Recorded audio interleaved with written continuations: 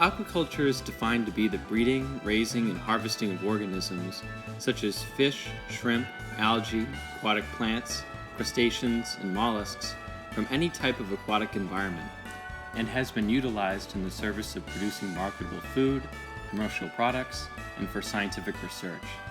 Through regular stocking, protection from predators, and feeding, as well as maintaining control over the organisms being stocked, any viable aquatic species can be farmed for any number of uses.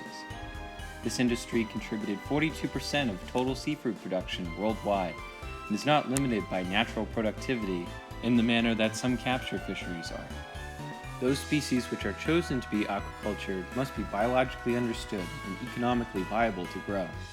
Knowledge of the best system for product growth, either extensive or intensive, is also required.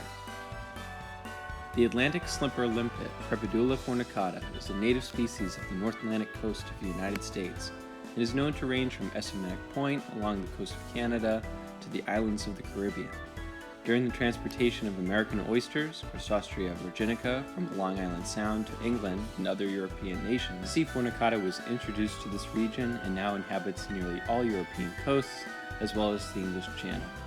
Due to the prodigious rate at which these animals spawn, their tendency to grow atop one another, their edibility, their potential use in regions stricken by ground tide, the humble slipper limpet has enormous potential to become a very widespread aquacultured species. As a protandrous hermaphrodite, slipper limpets begin their lives as a male variant and then proceed to change sex to develop into a female. Breeding activities occur between the months of February and October, though the peak season occurs from May to June, where 80 to 90% of females spawn.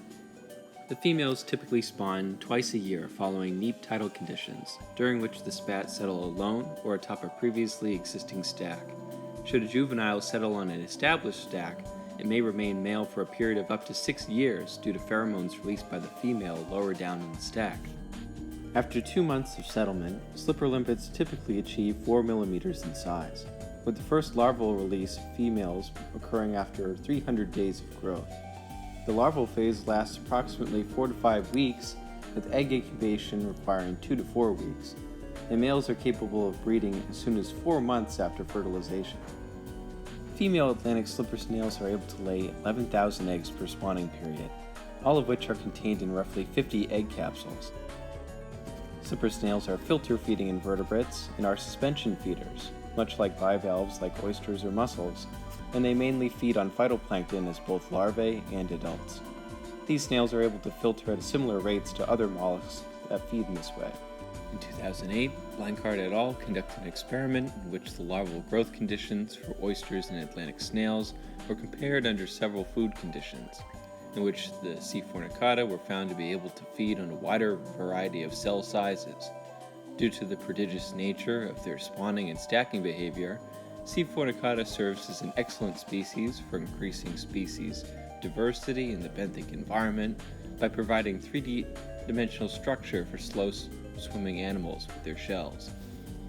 In turn, the shells left over from aquacultural operations involving the species, for example the culture of slipper snails or of other bivalve species on which the snails themselves attach, could be used to fill biodegradable bags for the purpose of reef buildup in regions where coastal erosion is prevalent. C. fornicata is a highly edible species of limpet that is safe enough to be eaten raw, though it is recommended to cook them and to refrain from consuming them in the summer when toxic algae might be in their diet. The slipper snail ought to be removed from their holdfast within 2 to 3 seconds, otherwise they will clamp down, making extraction much more challenging. Since C. fornicata is routinely harvested as bycatch by oyster fishermen, these animals could be collected with other species of bivalves and sold as an independent product. If promptly frozen after the shell is removed, slipper snails could be used as an excellent source of fishing bait. Used shells could be placed in bags similar to those used to contain blue mussels and placed offshore to facilitate reef formation, for the purpose of guarding against coastal erosion, similar to the methods by which recycled oyster shells are used. Finally, Atlantic slipper snails have been found to be extraordinarily resilient, possessing the ability to withstand harmful blooms of cultured A. anophagephorans and wild toxic brown tide blooms. In the manner that Atlantic slipper snails are able to consume an ideal source of food, Isochrysis galbana was used in this study, so too were they able to eat all strains of A. anophagephorans at biomass-specific rates similar to that of an ideal food source.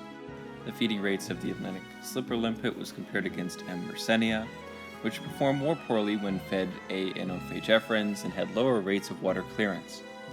Just as blue mussels and eastern oysters have been used to clean coastal waterways throughout the Northeast and beyond, so too could Atlantic slipper limpets be deployed to combat harmful brown tide blooms that most bivalves are unable to cope with, and this is a method of top-down control in estuarine environments. With the ability to endure through adverse marine conditions like brown tide blooms where other mollusks struggle, C. fornicata could prove to be far more versatile and an effective tool for bioremediation efforts across the Atlantic coast and beyond.